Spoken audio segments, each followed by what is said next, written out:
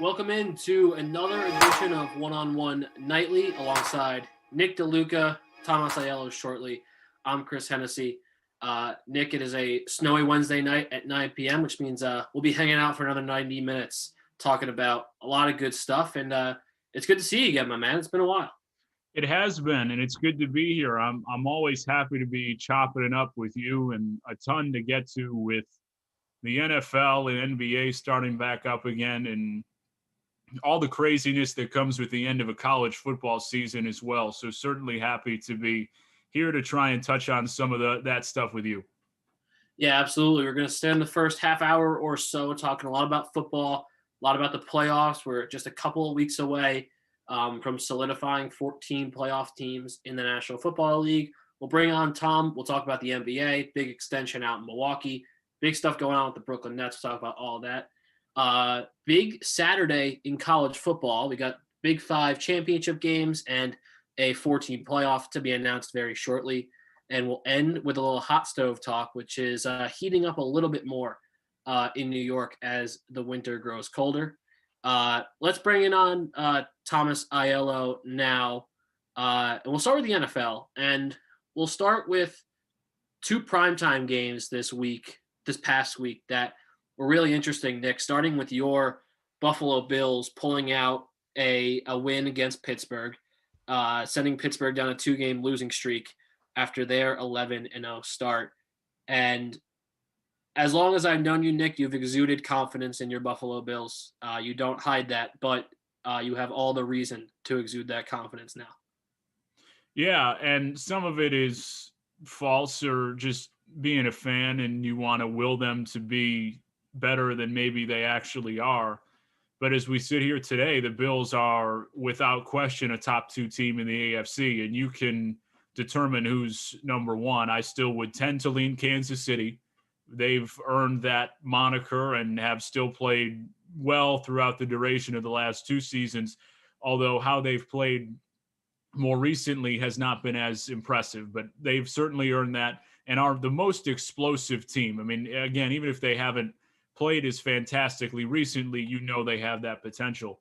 But the Bills are a close number 2, and to me, the only team that is capable of taking down KC in the playoffs right now as you look at the AFC playoff picture. And it's just been so impressive what they've been able to do with the maturation of Josh Allen and how well he has continued to play throughout the duration of this season. And he's growing not only in his physical attributes of being more on time and completing passes with better accuracy and showing off the strong arm and the athleticism that everybody knew and loved with him coming out of the draft. But what's really impressive to me is that his mind is catching up with the physical, and he is playing at a level right now that is a top 5 quarterback in the NFL, might even be top 3. You probably want to take Mahomes over him. You're going to take Aaron Rodgers over him, those two. But after that, Josh Allen is right up there in any quarterback conversation of who do you want to start your franchise with. So his growth and then the defense for them has really come on as of late. Really impressive, because earlier in the season, you were sitting there and saying, where is this 2019 defense that really carried them and was so instrumental in getting them to the playoffs last year? And we saw it this past week against Pittsburgh. And the Steelers have their own questions about really offensively getting things going, because they cannot for anything run the football. Their passing game has become predictable in not only that you know they're going to pass a lot, but how they're going to pass. They are working the short to intermediate game, working toward the sticks. They really don't have that deep passing element to their offensive attack, and that's something that's been problematic for them. But top to bottom, as you look at the way the Bills' defense has come on and their offense has played throughout the entire season, this is a top 2 team in the AFC, and they proved it against Pittsburgh, who really has had some flaws exposed over the last couple of weeks. Well, they've had some offensive flaws, no doubt, Pittsburgh, but the defensive injuries are catching up to them, no doubt, Tom. I mean, between Devin White and Bud Dupree, you lose 2 of your 4 best defensive players, and now you're trusting TJ Watt to carry a pass rush by himself. It's really – and Josh Allen didn't really carve them up in the first half. Second half he did. it's no wonder that they kind of got outplayed. They've gotten outplayed now 2 weeks in a row in prime time. Yeah, I mean, we look at the Steelers. One thing that I have really closely observed with them is the amount of dropped balls that they have between Chase Claypool, who has more TikToks created than he does caught balls. Juju Smith-Schuster's dropped a lot of balls. Deontay Johnson's had some problems. James Washington, Eric Ebron. I mean, we can go down the list. So I kind of wonder what these Steelers are really made of. Are they really that team that we thought at the beginning of the year that was just going to steamroll through their entire 16-week schedule? And then when you talk about their defense, Chris, I mean, you lose two of your best defensive players who are essentially that entire defensive unit. And I think that that's a lot of concern. Can they stay healthy going in the playoffs? Because when TJ Watt is called upon to really carry that defense, he doesn't look exactly confident and poised as he usually would be with those other two players that you mentioned that are usually in there. But I want to jump back to the Bills, because without Josh Allen and the weapons that they have provided him, this team would have no chance of doing anything. And I think that Allen's improvement with his accuracy, say what you want about that, but his completion percentage has jumped all the way up 10% from last year. It's now at a 68.6, and his quarterback rating is QBR, which is the stat everyone loves to talk about, jumped last year. It was 47.9. This year, it is a 76. That's sixth best in the NFL. So he's, like Nick said earlier, hanging there with a Mahomes or a Rodgers, or maybe if you want to even argue a Tom Brady, if you will, or Lamar Jackson. He's hanging right there with the most elite of the elite. And the weapons that they have provided him, I mean, Stephon Diggs, that trade, I think both teams win that trade. And without Allen being able to throw the Diggs, you got Cole Beasley, who's a slot receiving threat, and Gabriel Davis, who's stepped up. And they're doing all of this without John Brown, who's missed quite a bit of time. But I think the Buffalo Bills are legit, and their defense, you know, it's not, like Nick said, elite as it was last year, but they make the big plays when they need to make them. And they have some great players, Tre'Davious White, Jordan Pryor, Tremaine Edmonds. They've got some guys on that side of the field. And then if you look at just their running, it's not the greatest, but they're able to get the job done. Obviously, with Allen being a scramble QB, Devin Singletary and Zach Moss are able to pick up some loose yards there. So I think the Bills, with all of the stuff I just mentioned, they're a legitimate team. I don't think that this is a Steelers fluke. I think the Steelers might be really flawed. They're one of the most flawed 11-2, 11-3 teams, I think it is, that we've ever seen in a long time, with the drop balls and everything I mentioned. But I think the Bills are legit, and I think that they're a serious contender to make it to the championship game. Now, I just want to make it very clear to Nick and everybody else. I'm in. I'm on the Bills bandwagon. I'm in. Oh, There we go. The we go. 0-13 Jets aren't doing it for me anymore. This hat is pretty old, but they're not doing it for it anymore. I'm in. But, Nick, I'm concerned because last year I was in. I was in last year rooting for him against the Texans. But man, oh man, did your boy look terrible in the playoffs last year. Make me less concerned, because to me, look, Lamar Jackson has looked terrible in the playoffs 2 years in a row. And if they make it, I'll be concerned about that. I can't not have that concern about Josh Allen, because he literally handed the ball to the Texans in the fourth quarter last year.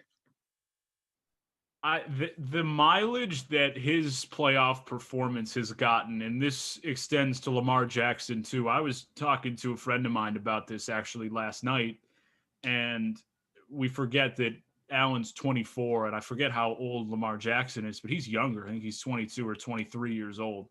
So these are guys who aren't super experienced, and I understand that that's the sample size that you get, and it is what it is at some point. To me, I can't even look at last year when you're talking about Allen, though, because he's just made such great improvement to this year that what are we looking at last year for? I don't think the moment has ever been too big for him, and I know that the lateral play wasn't smart, but even then, the game that he played, I didn't think was terrible.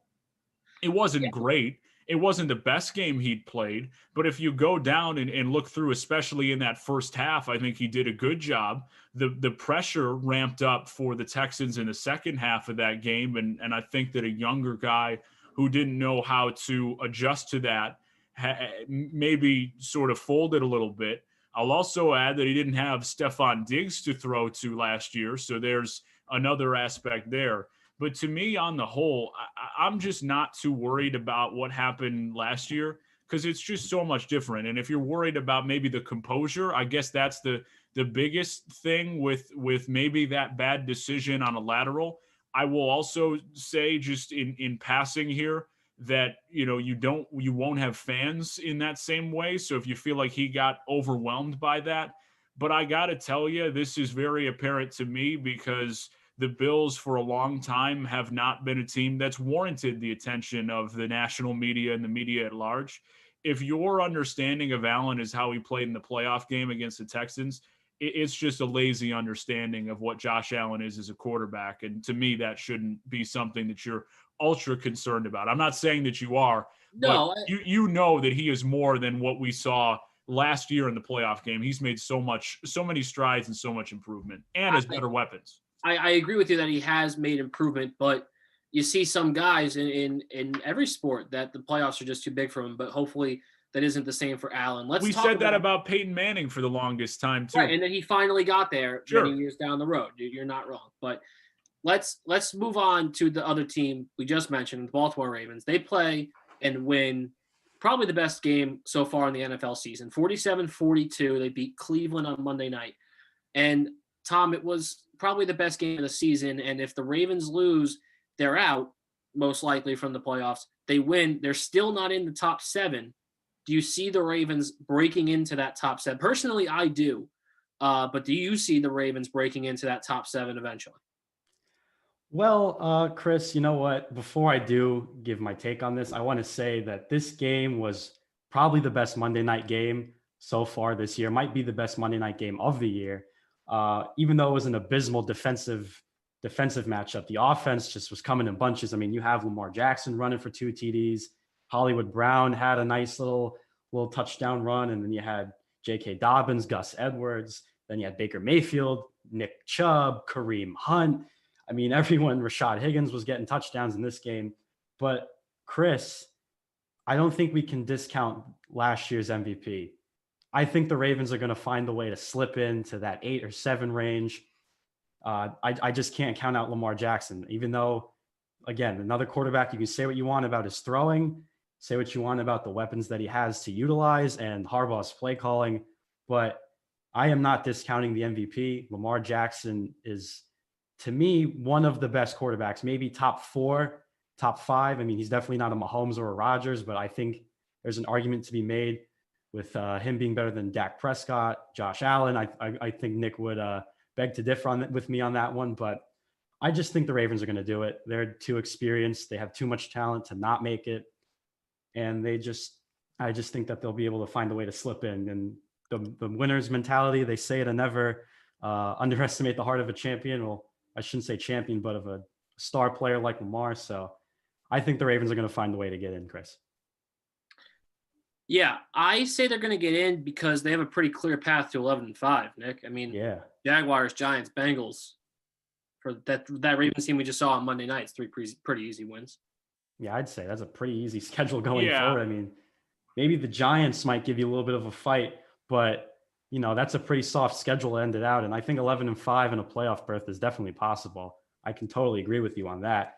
But it's another thing where is Lamar going to perform in the playoffs, And he was a great regular season player, great regular season MVP last year, of course. He had a great game versus the Patriots, which really stands out to me.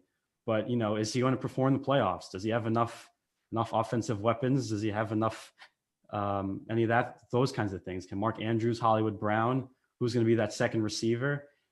Is Mark Ingram going to come out of his regular season slumber, it seems, because he just hasn't been an existent factor at all. So I just hope that if the Ravens do make it, and like you said, they have a pretty soft schedule coming up. If they do make it, who's going to step up and really help out Lamar, try to make some noise in the playoffs this season? I think so too. I think they will get in. One of the games, oddly enough, that Baltimore should be rooting for with great interest this week is the Bills to beat Denver. Because if the Bills win, they clinch the AFC East after week 15. And they will then have New England and Miami to wrap things up. Now, depending on how seeding falls or where teams finish. I don't know what Pittsburgh will do the rest of the season. They've got a decently easy schedule towards the back end too. They've played Baltimore twice. They do have Cleveland still, which could be a game they could potentially lose. What I'm getting at here is that the Bills might have nothing to play for in week 17, which could lend Miami to also finishing 11-5 and having a good end to their season as well. Miami can, depending on the circumstances, have an easy schedule or difficult schedule. I do think that New England is going to give Jarrett Stidham an opportunity at some point in the last 2 weeks. Miami would then get Jarrett Stidham. And then if they're playing Matt Barkley and the Buffalo Bills, that schedule works out where they have a much easier path as well. So that to me is the biggest thing. But if the Ravens are able to take care of business, their playoff odds with the win this past Monday night jumped by over 50%. So I think they will get in. And I will say, as a team that is a higher seed, whether it be 2 or 3 or however Baltimore finishes, I wouldn't want to see the Ravens. I think they are a very good team. And the one issue is sort of the weaponry that Lamar Jackson has at his disposal and maybe how well that offensive line is going to hold up. But to me, they've got enough there to steal a playoff game or two if they can get hot and play the way they're capable of. The problem is right now that the offensive line is a problem at times, especially I think in the pass game. They were able to run very effectively, and Cleveland's defensive line and just defense in general is really not very good. So I don't know that the Ravens, as impressive as they were offensively in this past game, that doesn't prove a ton to me. So I want to see what they can do more consistently. But if they can shore things up defensively, in addition to some of those offensive worries at times, I think they're a team that and a force that is to be reckoned with as we come up on January here in the NFL. All right, that is our review of what happened last week. We'll come back in just a minute, and Nick and I will talk about the AFC and NFC playoff picture. Stick with us.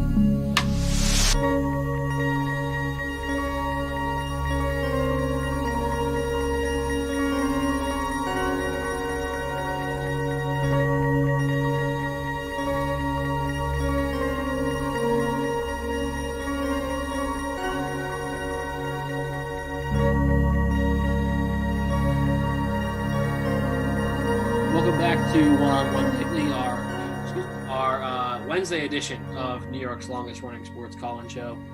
Nick DeLuca, live from the campus of Fordham University. I am Chris Hennessy. And we're going to talk about the NFL, NFC, AFC playoff picture now. We just spent a little bit of time talking about what happened last week, and now we're going to look forward. And Nick, let's start with the NFC. We just talked a lot about the AFC. So to me, the NFC is really interesting because outside of the NFC East, we know is a disaster. There is a couple of teams here who can sneak into the playoffs and cause a little bit of havoc. I mean, Chicago, despite losing 5 games, they're still not out of it. Minnesota, they're not out of it. Arizona, certainly not out of it, even though their quarterback might be injured, and they're in the 7th spot. Minnesota and Chicago play each other this week. So the wild card is interesting. We'll get to the NFC East, but your thoughts on the bottom half of this NFC playoff race and what we can expect going forward. It's kind of funny because last year we talked about how top heavy the AFC was and that there weren't a ton of serious contenders maybe towards the bottom half of that playoff picture, and that the NFC was really the better conference in a deeper league. And this year it's the complete opposite, because I don't feel like some of the teams at the bottom there are serious contenders to take down the Saints at the top or the Packers at the top. And to me, the only team that sort of scares me, or you would say, wow, that's a team I could see making a run, is Arizona. I don't love what I've seen out of Chicago. How could you, with a 6-game losing streak, and they snap out of it at home because they were going to win eventually. Houston is a team that's had a rough year. They fired their head coach. So you do like Deshaun Watson, but he has no weapons and their defense is not very good. And Minnesota is a team that's just so week to week, and maybe they would have beaten Tampa Bay last weekend if maybe their kicker could have made a couple of field goals, and that sort of changes things, but Dan Bailey certainly wasn't able to. And at the same time, Minnesota lost to Dallas earlier this year. So they've got some ugly losses and are a team that's tough to figure out. Arizona is the only team that I would say you feel like has a chance to make a run if they get hot. You're not terribly confident that Kyler Murray is playing his best football right now, and you're hoping that that can be attributed to the injury. I think it is. He is certainly running less, and the statistics will bear out that when he runs more, they are more effective. And their defense really impressed me, albeit against a Giants unit that was really not very good last weekend. And Daniel Jones, in addition to some of the struggles that he has had in adjusting to Jason Garrett's offense this year, was not healthy. And he had an ankle issue and the calf, and there's a bunch of stuff here with him where if he's not mobile, you're really not confident that Daniel Jones is going to be very effective. But that's where it starts for me. I like what Arizona does enough where you could see them potentially, with the right matchup, running into a victory or two. They've got the necessary weapons. You love what you have with DeAndre Hopkins, and Kyler Murray is a playmaker. And I think they have enough on defense to potentially make a run at things when he is healthy. Now, that's the big caveat, and that's what we'll have to wait and see. But outside of that, in the NFC, at the end of it, I don't know that I love a lot of what's there. I was on mute. I'm sorry. I would agree that certainly the loser of Minnesota and Chicago is out of it. The winner probably also out of it. Arizona coming down the stretch, they're currently at 7-6, have Philly, San Francisco, and LA. So you could see them getting to probably 9-7, maybe 10-6. Tampa Bay being in danger of falling out of the playoffs is interesting to me. They're 6th right now, 8-5 with a 2-game lead over Minnesota. Obviously, it's not likely, but if they lose to Minnesota last week, it's significantly more likely. Pretty easy come down the stretch, though. 2 matchups with the Falcons and 1 with the Lions. So they're certainly looked locked in. But the more interesting aspect of this is the NFC East, because I was on the show 7 days ago with our friend Dylan Balsamo, and we pretty much were talking like the Giants had already won the division. Maybe that was premature. Oh, obviously, it was premature of us. But we were just talking like, yeah, I think I said on the show that the Giants should beat Arizona, and they got crushed. So they're now 5-8 with a tiebreaker over Washington, who is 6-7. So I'll start with the easy question, or the short answer question. Who do you see winning the division? Why? And is Alex Smith about to play in a playoff game? Which, my goodness, that'd be incredible. I think he is, and I think that Washington is going to win the division, and it's not really anything other than the schedules that are going to bear themselves out the last few weeks. The Giants dug themselves an incredible hole when you go 1-7. It's just really difficult to make the playoffs, even in a division where you might only have to win 7 games. When you start at 1-7, you really have to be successful throughout the rest of the season. And they'll, I'm sure, be kicking themselves about some of the early losses to Dallas and some of the other teams where they were certainly in the game and weren't able to pull through and grab a win when they start 0-5. But the Giants have a tough road ahead. They play the Browns on Sunday Night Football this week. Then they have Baltimore, and then they have Dallas. If they are somehow able to manufacture 2 wins there, that's the only way they have a shot. But I do think that Washington could even potentially get to 8-8, as odd as that sounds. Seattle is not playing great football right now, but you'll trust that they're able to win that game. But then they've got Carolina at the back end and then Philadelphia, and you feel like those are 2 games that Washington is going to win. So it's really more of a schedule thing more than anything else.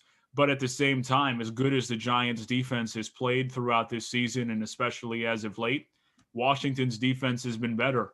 And as good as the Giants' offense has not looked, and maybe Washington's hasn't looked great throughout most of this season, Washington has found a way to get the ground game more involved and put more of it together, in my opinion, than even the Giants. So I think it's Washington that's probably the better team right now. Again, the tiebreaker for the Giants is unfortunate just because of the way the schedules shake out. You feel like if you beat the team twice, you should probably be winning the division over them.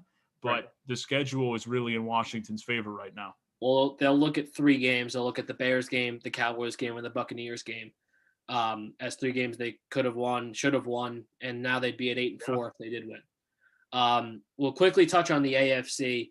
To me, I do see, as we mentioned before, I do see Baltimore making it, which unfortunately means Miami's going to miss the playoffs. Oh, no, really? I know, I got it.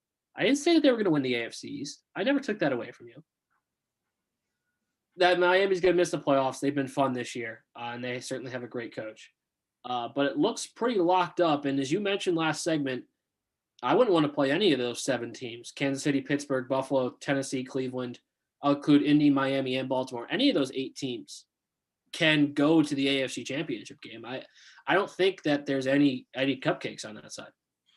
No, I don't think that there are any cupcakes, and certainly teams that could steal a win, right? You don't feel as a top seed, especially in my opinion, if you're Pittsburgh right now, the way they're going offensively. Okay, well, it's not great. We've kind of backed into the playoffs, but as a 2 seed, if we can stay there with our record and easy schedule towards the end of this thing, well, we'll get Miami, so we're good, or we'll get Baltimore, so we're all set. No, you don't feel that way at all if you're Pittsburgh. And it's kind of a funny situation where if I'm the Bills in some sense, I'd rather play Indianapolis than Baltimore. I'll tell you that right now. Okay. So maybe the 3 spot for the Bills isn't the worst place in the world, and you know that they're going to do everything they can to try and win as many games as possible. They're not going to say, all right, we're going to throw this game because we want to play Indianapolis, but that's sort of the way I would feel about it. You probably don't want to match up with Cleveland either. So when you look top to bottom, it's a really deep conference. And I don't know that everybody has the opportunity to get to the AFC Championship game. I do think there are certain limitations for a team like Indy, maybe even for Baltimore, for as hot as they have been sort of late, and how much we love the way they played this weekend, or on Monday rather. They still play Cleveland, and Cleveland is a team that is ascending, and there's no doubt about that. But at the same time, this is not a team that has arrived, that is experienced, and in particular has a very large hole in aspects of their defense, right? In the secondary in particular, where they're banged up, and you could do that. And Baltimore didn't even take advantage of that as much. It was more through the ground game. And that said, they were able to do whatever they wanted. So to me, the way the thing shakes out, you're not loving any matchup you get in the first round with the knowledge of it being one and done, because I could see any of the lower seeds taking down a higher seed, and that's where you're at. But I would say that of those teams at the bottom, I don't know that I could expect Indianapolis to make a run to the AFC Championship game. Cleveland would really surprise me. Baltimore, I'd give a shot, but I would say Cleveland and Indianapolis would be the only 2 that I would say all right, let's maybe pump the brakes on that. Indy, maybe their defense has faltered, but Cleveland with that run game and Myles Garrett with the pass rush and Denzel Ward's going to come back. I don't know. I mean, are they going to beat Tennessee and then Kansas City and then have to beat Pittsburgh to go to the Super Bowl? Probably not, but I don't think you could rule it out because they just scored 42 points against Baltimore. They proved they can do it, and now they're getting their best secondary player back in Denzel Ward. Do I think if you have me write out the bracket right now, I wouldn't put them in the AFC Championship game. But if you fast forward me to Martin Luther King weekend, I'm not going to be surprised if they are in the AFC Championship game, I guess is more my point. Yeah, it's not impossible. That's fair to say. All right, so that's our football segments for the day. Lots of good stuff as we enter Week 15. Good luck to your Bills on Saturday. And, of course, root against the Jets. Let's just hope they lose. Take flight, baby. We need a win. Ryan Gregoire flamed me for wearing my Bills hat. Ryan, I am rooting against the Jets. Don't you worry. 0-16, here we come. We'll be back with some NBA talk following this break with Thomas. We'll be talking Milwaukee. We'll be talking Brooklyn. And a lot of good stuff a week before the beginning of the NBA season. Back in a minute.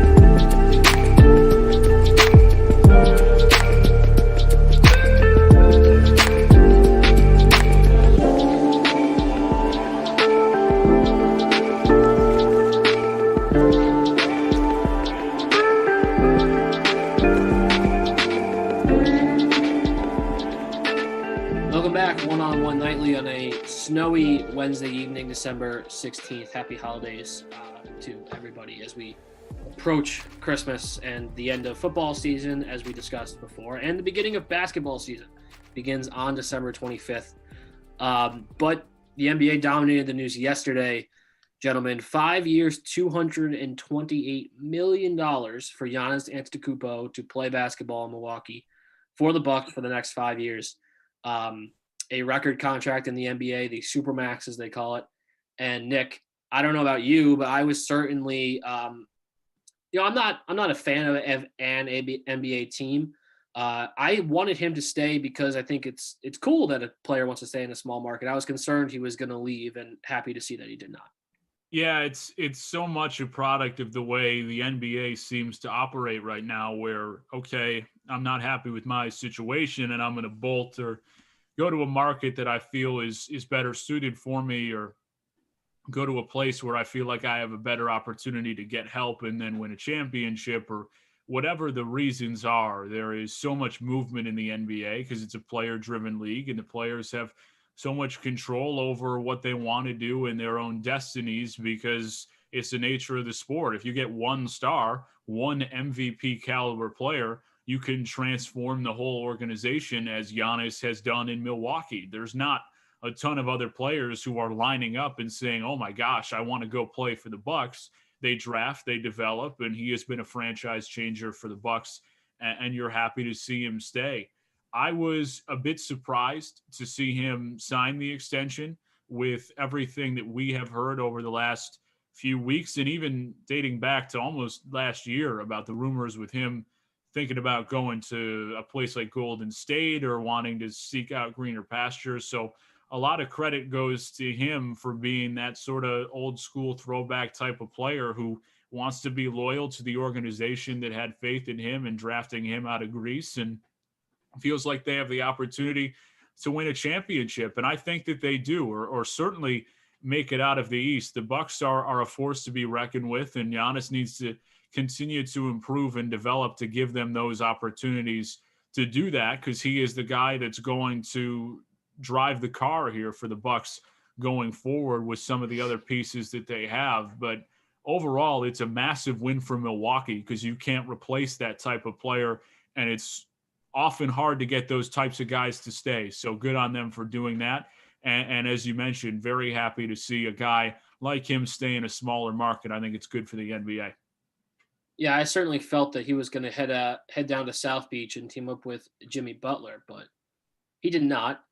But that leaves still a question, Tom, because yes, Milwaukee's very good, and Nick is right, but they didn't win the East last year or the year before that, and the team in Brooklyn is getting Kevin Durant this year. So what do they have to do to be able to get to the finals? Because they proved last year that they couldn't win the East with just Giannis, and they really haven't done that much to help them.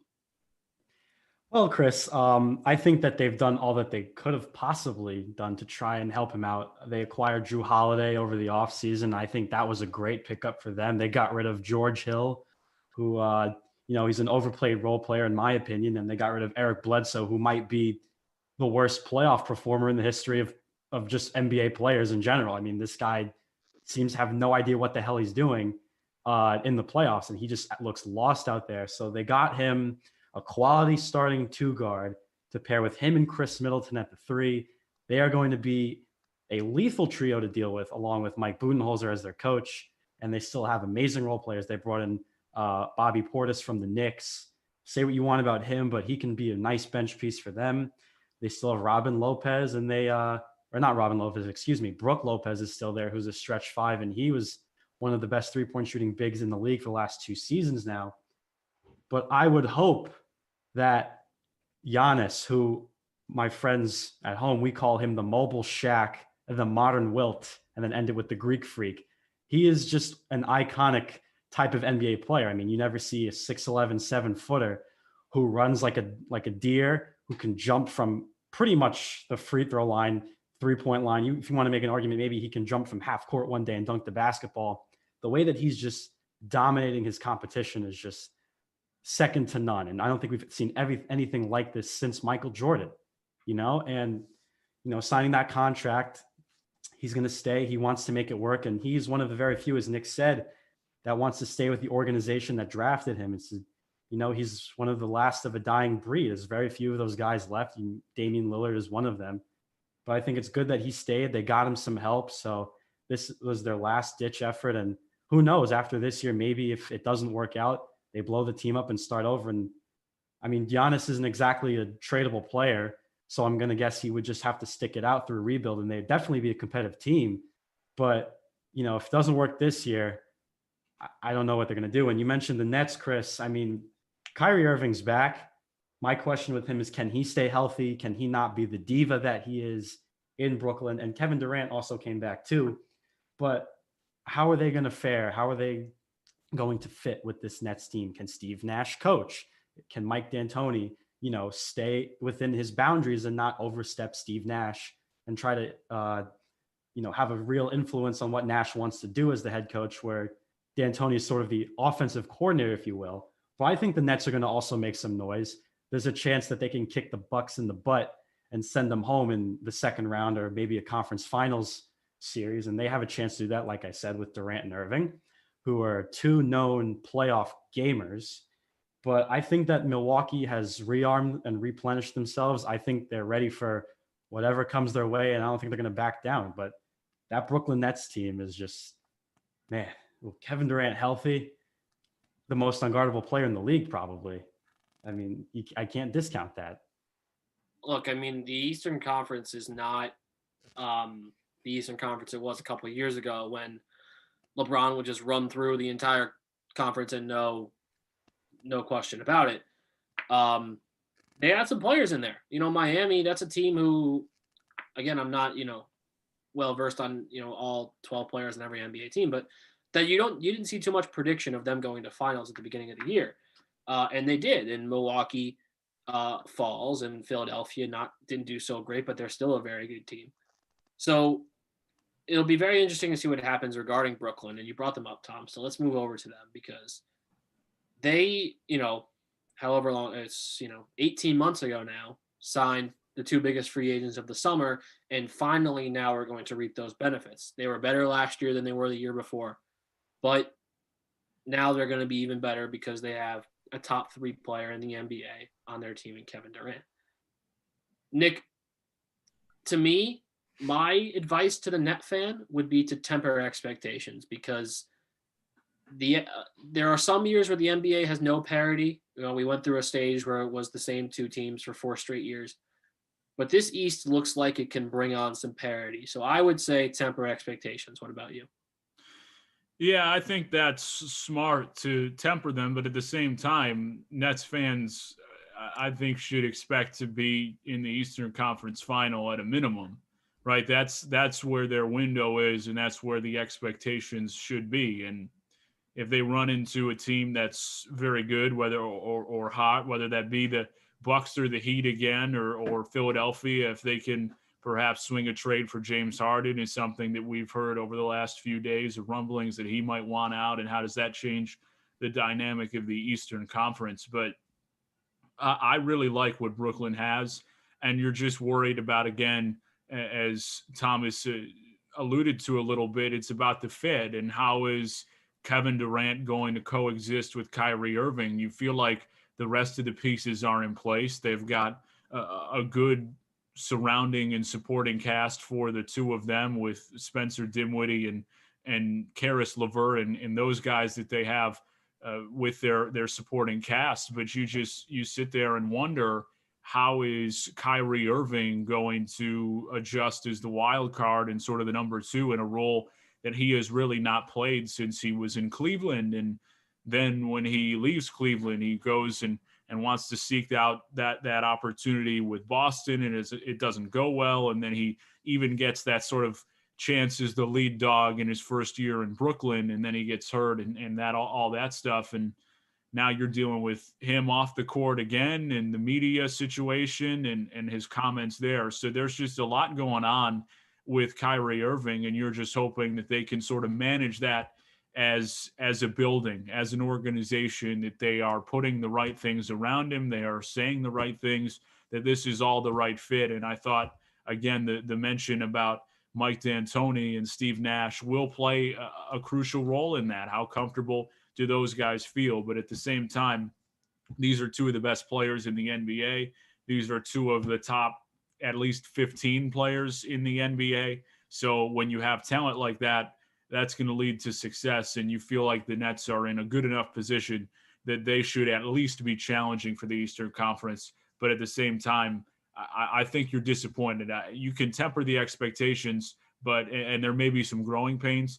But if the Nets aren't representing the Eastern Conference in the NBA Finals, or at least getting to the Eastern Conference Finals, I think there's going to be disappointment.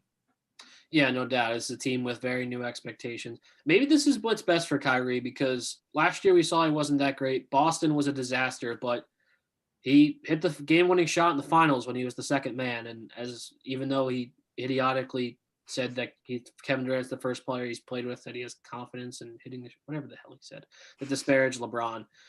Just a dumb comment. Maybe that's what's best for him, to be a second guy and be a shooting point guard where he can flourish the most. That will wrap it up for our NBA talk. We're going to come back. Nick and I are going to break down a very exciting week in college football. The 1 through 4 will be known the next time One-on-One Nightly commences. We will have a college football playoff, which is very exciting. So we're going to talk about all the games this week, the college football playoff, and it'll be a lot of fun. So stick with us.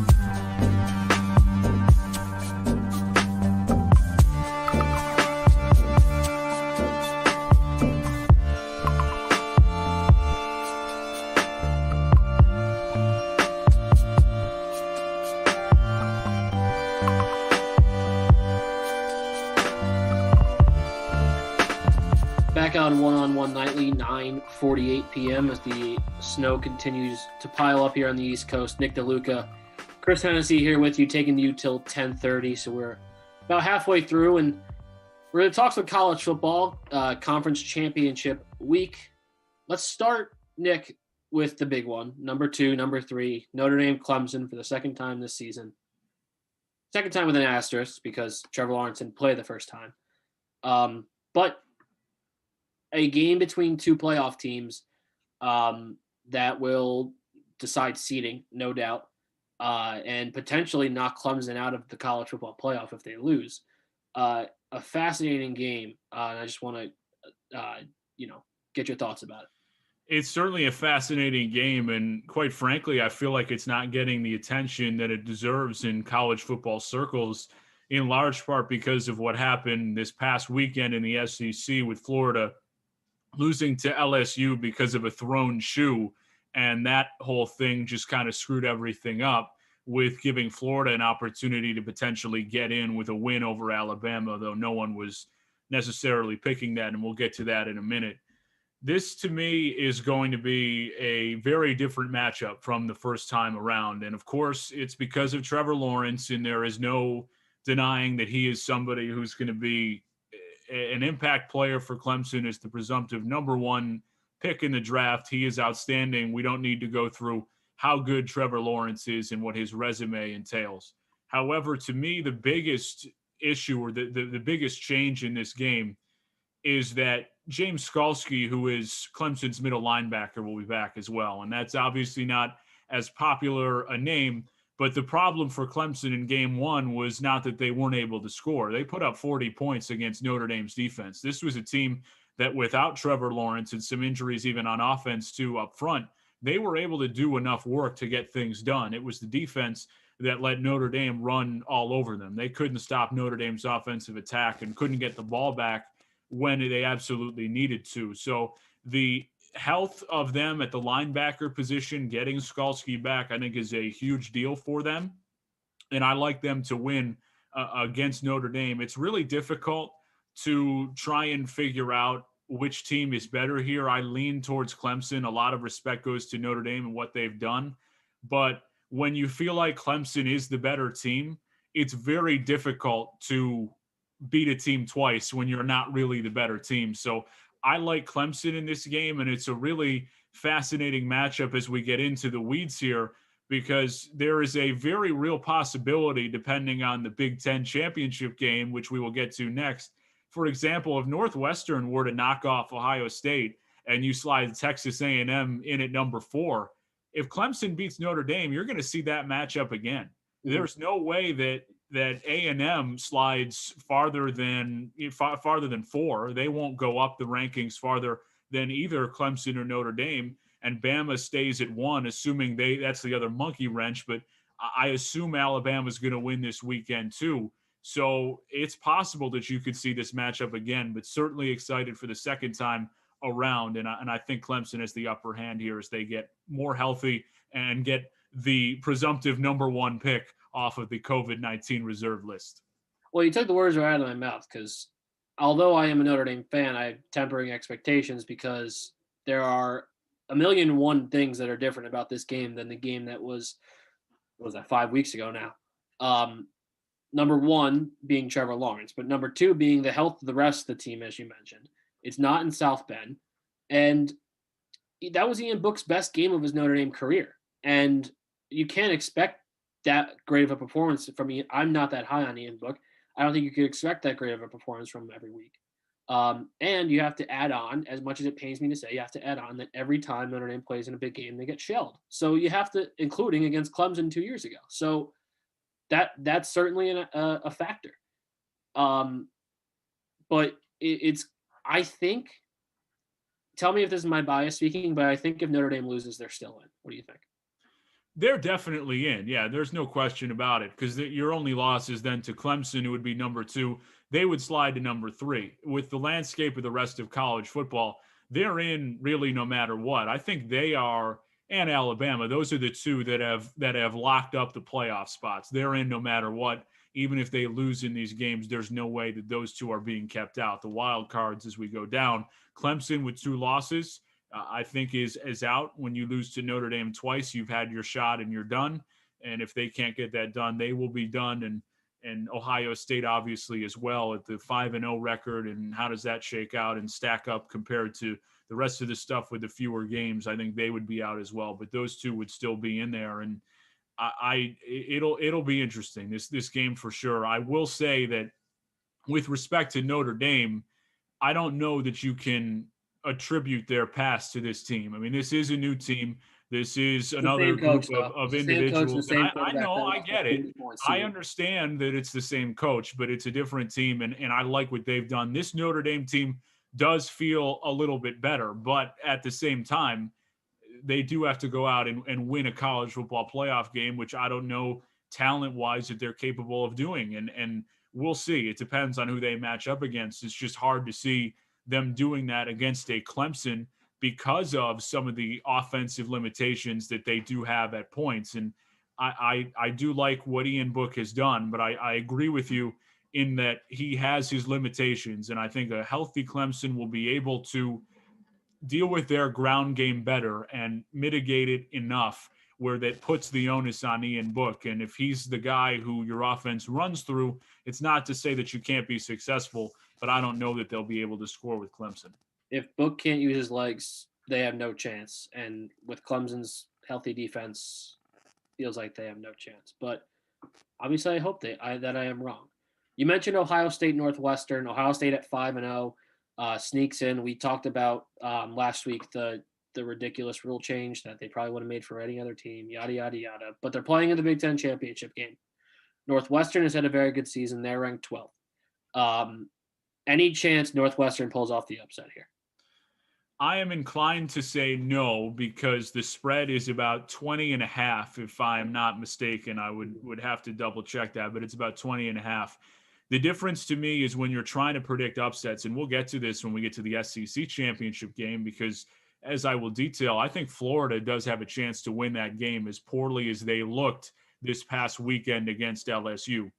The key to beating a team that is better than you is being explosive on offense in college football.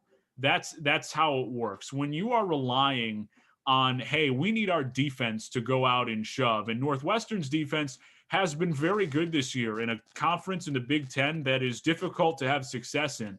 They're giving up 14.6 a game. That's how good Northwestern's defense has been, and a lot of credit goes to Pat Fitzgerald and their head coach. They are a well-coached program and a well-run program, but they don't have enough offensively. They can't hang with Justin Fields and Master Teague and the weapons that they have on the outside in the points that Ohio State is inevitably going to put up. When you make your hay, when your bread and butter is playing good defense, I don't know how you hold Ohio State to 17 points. That's the formula and the recipe for Northwestern to win, and I just don't think it's possible. I think rolling out of bed, this Ohio State offense is going to get you 24, get you 27, and I just don't think that Northwestern can score with them at that level. We'll see. Of course, there are always ways to surprise you, potentially if Northwestern could get their running game going and change the outlook of the game, and turnovers are always something that have the potential to shift things dramatically. But I don't see enough explosiveness from Northwestern's offense to be able to keep up with an Ohio State attack that is outstanding. Ohio State's defense is vulnerable at times, but I like what they do enough in the front seven. They've got a young secondary, but they are improving, they are growing, and they'll have to deal with a layoff. There are a lot of factors that would lead you to believe that, hey, there is the potential for this game to be close. I just don't see enough from Northwestern in the explosive offense for them to be able to keep this game competitive. Yeah, I couldn't agree more. It's weakness on weakness. You know, there's no more Chase Young, there's no more Bosa brother up there for Ohio State, but Northwestern's offense isn't what got them to this point. It's their defense, where on the other side, Ohio State's offense is the number 2 overall pick, slinging it. We'll gloss over Oregon, USC. USC, even if they win, they basically have no chance to get in the Sorry, Wolves. Sorry, Wolves. Oregon stinks. They're 3-2, but they're still in the Pac-12 championship game. USC will play in the Rose Bowl, but they don't have a chance to get into college football playoff. Iowa State, excuse me. The number 6 team in the country, the Iowa State Cyclones, they have an outside chance of getting into the playoff as A&M is playing Tennessee this week in a regular season. Well, it is a regular season. I don't know why I put air quotes around it, but a regular season game on conference championship week. Seems unlikely, but it's possible. Oklahoma's a good team as well, so it's a top 10 matchup that if you weren't listening to the show, maybe you didn't know was happening. It's certainly flying under the radar, but that should be a good one as well. Iowa State is a very well-coached team. Matt Campbell, their head coach, who's a defensive-minded guy in a Big 12 that puts up a ton of points, is somebody who's garnered NFL coaching interest. He's very well respected in the coaching industry, and he may be making the transition to the NFL sooner rather than later. So there's a lot of respect there. Unfortunately for him, the guy that he is coaching against on Saturday is also someone that is making a lot of money to stay in college and would have been hired in the NFL if he wanted to leave, in Lincoln Riley. And a lot of respect goes to Oklahoma there, where this is a rebuilding year with Spencer Rattler, and they're not as dynamic in their offense. And I know that is not something that you necessarily hear very often from Oklahoma. And by the way, not as dynamic is comparing their offenses with Jalen Hurts and Kyler Murray and Baker Mayfield till now. So it's still really, really good. It's just not next level great. And Oklahoma struggled early on in this season. They were not able to find their footing, and it's traditionally a team that is not playing great defense, although they did play better defensively even to open the season, and it wasn't the offense that they were accustomed to, so it led to some early losses. But they have really found their groove of late, and they're favored by 5.5 in this game, and I think they're going to win it. Iowa State certainly has the chance, but it's really the same conversation that we just had about Ohio State and Northwestern. I don't believe that Iowa State, with Brock Purdy at the helm at quarterback, is explosive enough offensively to score with Oklahoma, and I think their defense is improving. As I said, I like what I've seen from them throughout the duration of this season. Oklahoma is a team that really could have folded after a rough start for a program that's accustomed to being at the end of things with the college football playoff conversation. They were out of it early, but even in a down year, a rebuilding year, Lincoln Riley has his group playing well at the end of the season, and in the conference title game with a chance to win the Big 12. A lot of credit goes to him. I just don't know that I like Iowa State in this game. It's a tough matchup with their offense. I don't think they'll be able to slow down the Oklahoma offense enough, and that's just a tough matchup for them. If they were to win this game, they put themselves in the position to be in the playoff hunt. But to me, they'd have to win it going away, which I really don't see. If they win it and then Tennessee beats the Aggies and then Northwestern beats Ohio State, that's unlikely. It's possible, and yes, if they win, then all bets are off. But that to me is an extreme case. What I'm saying is, unless all those things fall into place, and I just cannot imagine Tennessee being able to beat Texas A&M. I don't see it. So that to me is the biggest distinction here. For them to really become relevant in this whole situation, even if both of those things do happen, I'm still not sure they're a shoo-in. I mean, we'd have to see. They would have to win the way that Ohio State beat Wisconsin in 2014 to get in, like a 56-0 win in the conference championship game to really make the statement that to the committee, hey, we're here, we're for real, and we just took down an Oklahoma team as we are ascending towards the end of the season, and we belong in the conversation as a top 4 team in the country. I don't see any chance of that happening. I'm not dismissing their ability to win, although I'm not picking them. I think Oklahoma will win. I really can't see them winning by 30, and that's, I think, what they need to get into the playoff. For sure.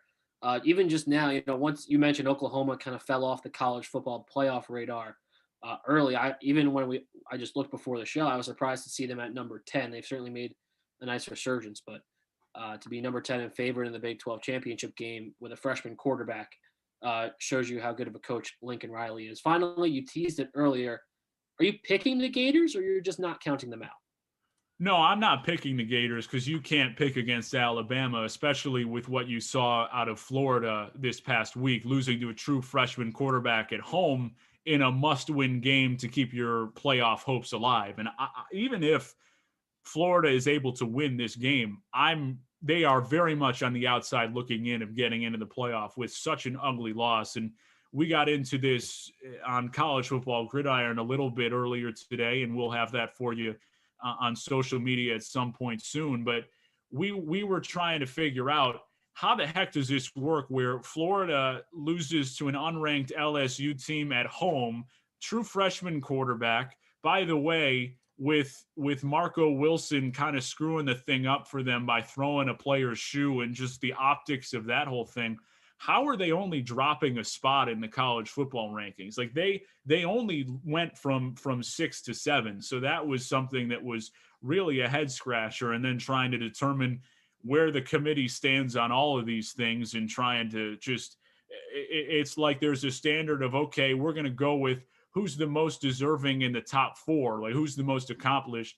But outside of the top 4, then it's like, who do we feel is the best team? Like if we put these two teams head to head, who do we feel like would win outside of that top 4? So it's really frustrating to try and figure out and get into. But the key for Florida is that they have a Heisman caliber quarterback and an offensive attack that is really good, right? Kyle Trask and what Florida can do on offense should scare Alabama in a defensive unit that has not been good for most of this season. They are not your father's Alabama that is going to beat LSU in the national championship game by beating them down and just not letting anything happen by shutting teams completely down. They don't do that anymore.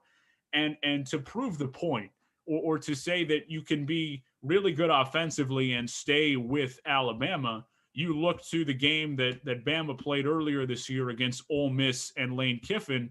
And when I say that Ole Miss did not stop Alabama, that is an exaggeration by one drive, okay? Ole Miss got one stop defensively. Alabama scored on every other possession in that game, and the Rebels were in that for most of it. So when you can, and Florida's defense is much better, they will be able to, I'm counting on them getting 2 stops in this game. I think that Florida's defense is good for at least 2. Breaking news. You have that offense that can go up and score the way that Florida does, the weapons they have, and Trask playing at as high a level as he can. I think there is a chance. Again, I'm not picking Florida to win. Alabama is as well coached as they come. Mac Jones, Devontae Smith, and Najee Harris offensive weapons are the best in the country. That is as good as it gets. And I think that this game is going to be won in the trenches, is going to be won up front. And that battle points towards Alabama. I think Alabama has the advantage in that area. That said, any given Saturday, if Florida is able to show up and sort of control things up front, I like what they have and potentially able to pull off the upset. I don't think that this is a game where Alabama covers. I think it's going to be a sneaky close game, but Bama's going to come out on top in the end. Yeah, I think I agree with your assessment of Alabama that while they are the best team in the country, they aren't 56-0 like we've seen in the past. That being said, I don't really give Florida a chance, but maybe that means I give Ohio State more of a chance in the playoff if you see it working out chalk and Ohio State getting the 4 spot. Certainly more of a chance than I would have given them any other year. But I don't know. We'll see. We'll see what happens on that end. For me, I'm going straight chalk. Clemson, Ohio State, Alabama to win the big 3 games, and it to go Alabama against Ohio State, Clemson against Notre Dame in the first round. How about yourself? I think that's the best way to term it. And the only other variant here was that Clemson were to lose, and I think they're out, and that brings in Texas A&M. If there was any chance that the committee sat there and had a problem with the number of games that Ohio State has played throughout this year, then A&M would already be ranked ahead of them. Exactly. I don't know how the two of them play and then you flip-flop. Again, there is the possibility that if Ohio State backdoors their way into a win, they do not look convincing and they play poorly but win by 2, then that always leaves the door open, especially when you've only played 6 games. I don't envision that happening. I assume that Texas A&M is going to beat the brakes off of Tennessee. That's all of our expectations, and they would certainly not help themselves by doing that, but hinder themselves by not doing that. They're not proving, but they could prove something by making that potentially a close game. So that's the one thing that you would look out for. But yeah, I do think that you have it right. And Alabama won, and I assume that Clemson will win this week, and that's who I'm picking. So Clemson at 2, Notre Dame 3, and then Ohio State would be at 4 in those rankings. If Ohio State were to lose, A&M goes up there to number 4. They slide in there, but it's pretty well closed. You feel like you have a pretty good idea of what's going to go on. The one wild card, of course, is if Florida were able to pull off the upset. That's the only one that I feel like is realistic to really shake things up, because even Ohio State losing is just one team sort of coming in there. I think that could really create some havoc. And is there the potential for Florida getting in with 2 losses? I still don't think so, unless they were also able to get the additional Clemson loss to create those 2 open spots. But certainly a lot of potential for maneuvering if things really start to get wild. I don't expect that to happen. I think we've got a pretty good idea of what's going to happen.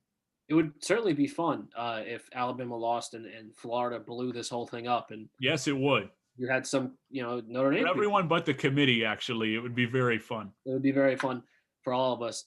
We have a couple minutes. You are much more in depth in the college football game than I am, and something that I was curious about was this year you had 2 teams. Well, Iowa State maybe counts, but 2 teams really who are not the traditional blue bloods of college football, in Coastal Carolina and BYU, who made a run at the top 10, were in the top 10. Now they've both kind of fallen out. But somehow this college football playoff format, and we've seen it every year but the year Washington was in, not rewards, but weeds out everybody but the big blue bloods, right? It's been Alabama, Notre Dame, Clemson, Ohio State, Florida, like all the regular teams every year. I was curious, like, your thoughts, because I was thinking maybe like BYU and Indiana would be a lot of fun in the college football playoff, but with 4 teams, we're never going to get that. It's an interesting thought, and I'll throw Cincinnati in there too, who is number 9 right now. Absolutely. It was a team that got the game canceled due to COVID, and now it's like they moved down even though they didn't play, and a 2-loss Georgia team that, respect to them, they're playing better as of late, but with a quarterback switch in JT Daniels, so maybe that has an effect on it. You feel like they're a different team, but they lose to Florida pretty handily, and they lose to Alabama pretty handily. It all comes back to, do you feel like the playoff should be expanded? I've always advocated for that. I think the right number is 6 if they can figure out a way to deal with that.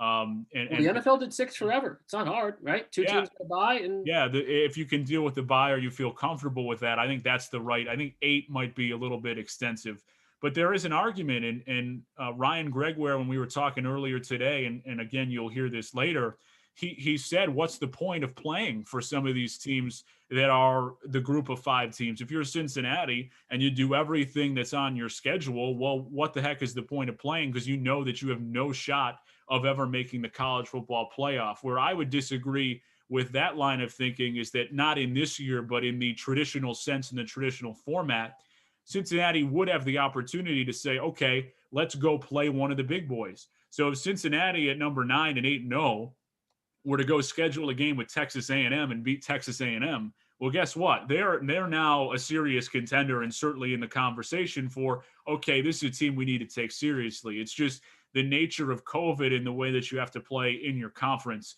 And at the end of the day, and what the committee has shown outside of the top 4, because those top 4 have seemed to have always been inevitably those in some order: Alabama, Clemson, Ohio State, maybe Notre Dame hasn't always been there. Oklahoma's been there at times, but they've been traditional blue blood programs. Is that, no matter what your record says, they are going to evaluate things based upon who we feel like, as it relates to these group of 5 teams that are lower and not in the top 4, who we feel like would win, who is the better team. We're getting the best 4 teams into the playoff, and who head-to-head, if you scheduled the game on a neutral site, would win between Georgia and Cincinnati. And what the message is that they don't respect sort of the conference in the recruiting that Cincinnati is a part of. in the American Athletic Conference compared to a team that's playing in the SEC, even with 2 losses. It's just more of an eye test thing for me than anything else. And that seems to be sort of the way that the committee seems to like to determine these types of things. But I think it's a valid point and a valid argument.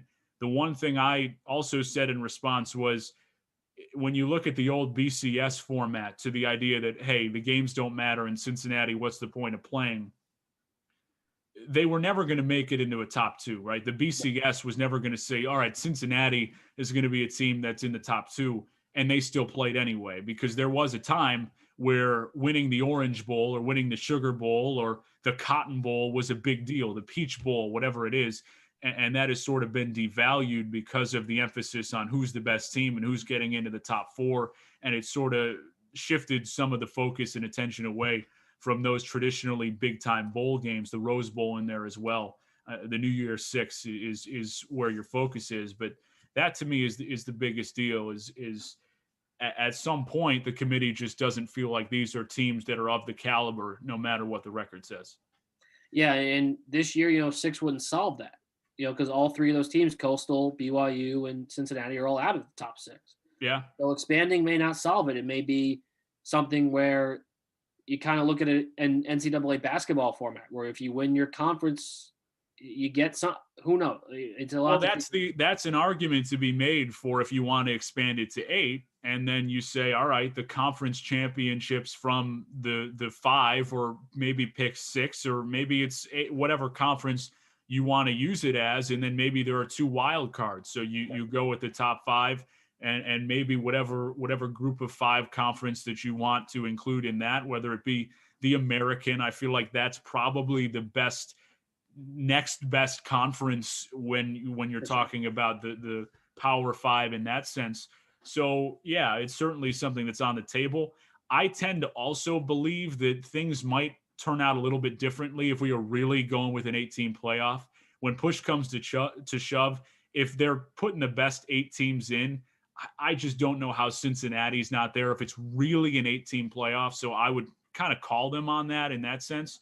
But it's certainly a legitimate discussion and something that a lot of people have said, all right, this doesn't make sense. Where does Cincinnati fit in this whole situation, and how are they getting punished for being a team that doesn't play in a stellar conference? Certainly food for thought and an interesting thing to try and break down and get to, because the college football playoff committee has some explaining to do and some things to figure out going forward. Absolutely. If you want to hear more of that, as Nick mentioned, check out College Football Gridiron every week. This week it's Nick and Ryan. You can check that out wherever you get your podcasts. All right, we're going to take a break. We're going to come back. Thomas is going to rejoin us for our final segment. We're going to talk some Yankees and Mets, MLB Hot Stove coming up. We got 14 minutes to go, so stick with us.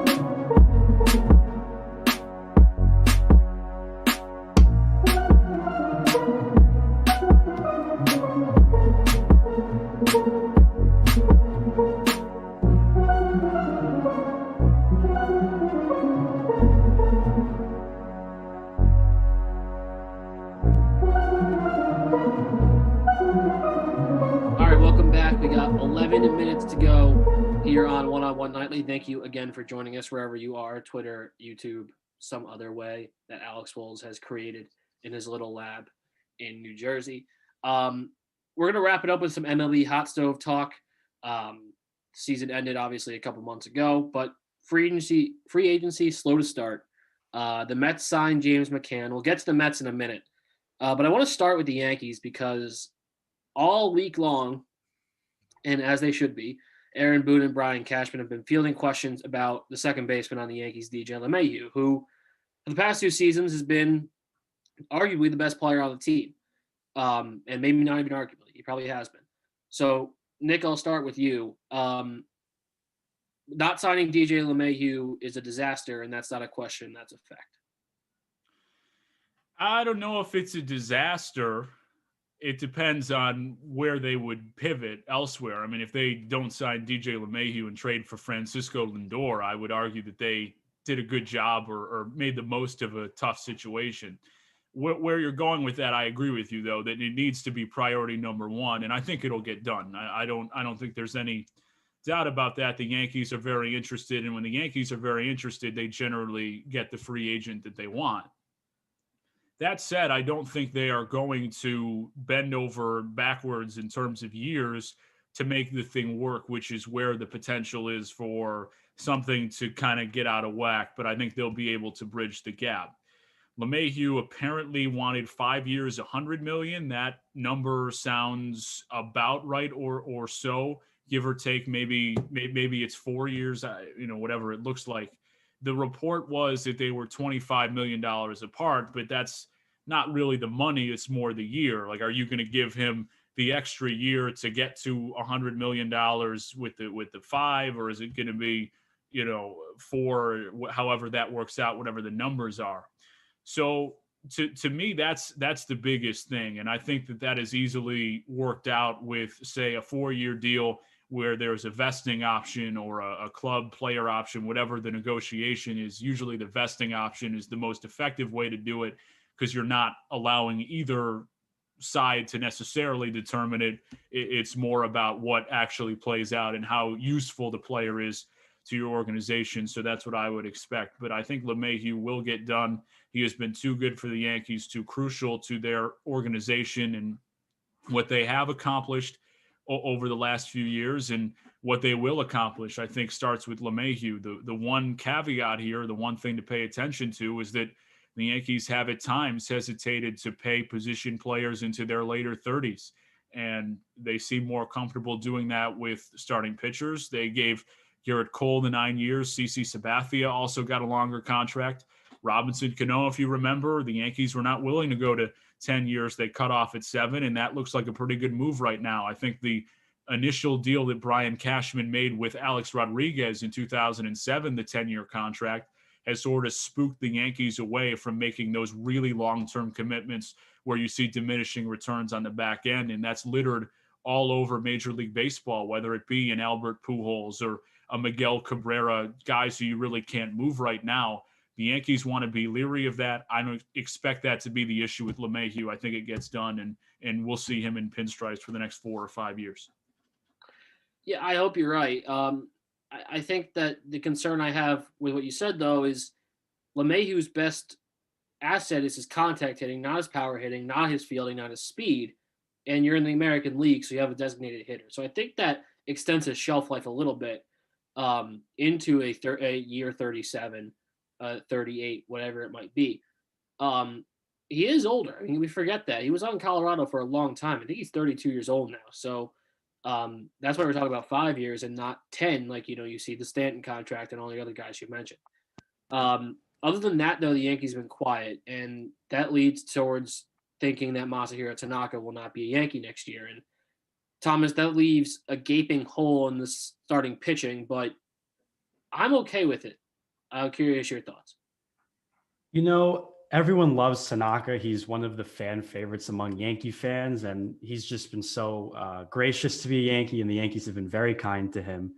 But you know what? If I was Brian Cashman and I'm losing him, knowing that Luis Severino's coming back, Jordan Montgomery's in my rotation, as well as Garcia, and I don't know, do you want to pay Trevor Bauer that money? And you can do that. yeah, I wouldn't have a problem with it.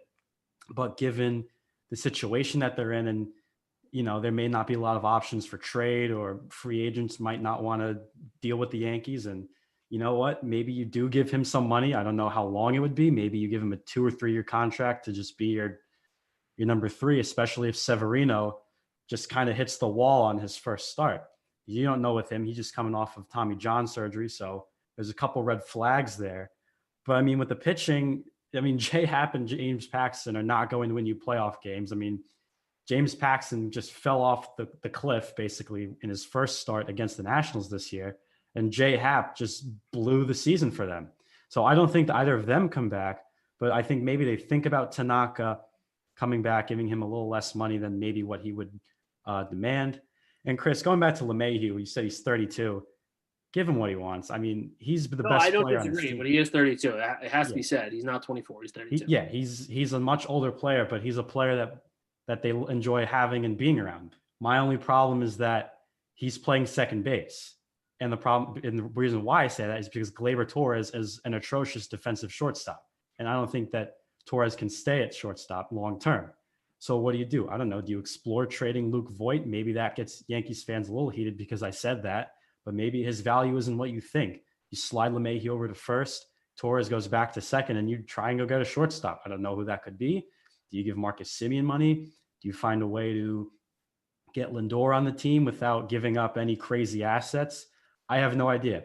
But DJ LeMahieu, regardless of anything else that I just said, has to be re-signed. The Yankees need him. He's a gamer in the playoffs. We saw in the Cleveland series. We saw last year with the home run against the Astros. But like you said, his contact hitting is by far his greatest asset.